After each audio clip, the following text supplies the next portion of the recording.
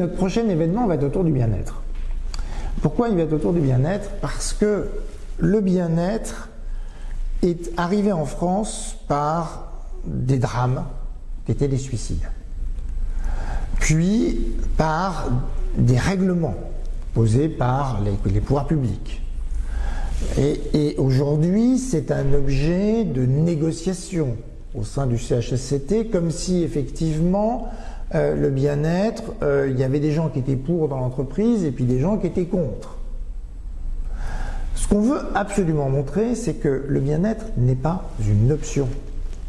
C'est-à-dire que si on veut faire monter l'efficacité de son système, de son entreprise, le bien-être est une nécessité et toute la question, c'est comment est-ce que on met en place les différentes dimensions du bien-être, parce que le bien-être, c'est pas l'hédonisme.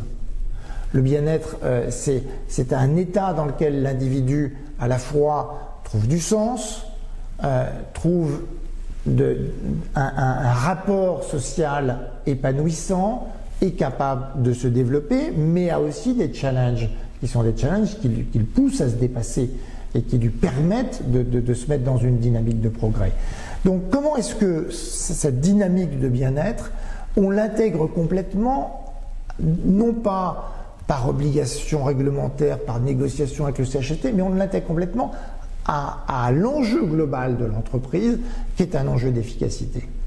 C'est ça l'objet de l'événement, c'est comment est-ce qu'on passe d'un bien-être qui est une contrainte supplémentaire qui nous arrive, à un bien-être qui est une opportunité d'efficacité et de booster la dynamique collective et individuelle de l'entreprise dans une efficacité collective qui peut se démultiplier de façon absolument exceptionnelle. C'est ça qu'on veut essayer de montrer, c'est là-dessus qu'on veut apporter un certain nombre de réponses très concrètes et de montrer comment les entreprises peuvent sortir d'une dialectique qui est finalement pas très productive autour de négociations point par point pour savoir si on fait tel séminaire, si on a le droit à telle chose par rapport au bien-être, pour le faire rentrer vraiment dans la politique de l'entreprise. Ce que je crois vraiment, c'est que l'enjeu, il est dans la tête des dirigeants. Jusqu'où est-ce que les dirigeants pensent que le bien-être, ça sert leur business model? Que vous soyez dans une grosse entreprise ou dans une petite, jusqu'où est-ce que les dirigeants ont cette conviction? Aujourd'hui, la plupart des dirigeants prennent le bien-être comme une contrainte supplémentaire ou comme un sujet de communication opportuniste qui va leur donner une bonne image. C'est pas ça le bien-être au travail. On est juste à côté du sujet. Qu'on soit une grosse entreprise ou une petite entreprise, le bien-être au travail, c'est comment je l'intègre dans mon business model, au cœur de mon efficacité. Et quand on est capable de faire ça, alors là, on utilise le bien-être avec une capacité de levier sur l'efficacité qui est démultipliée.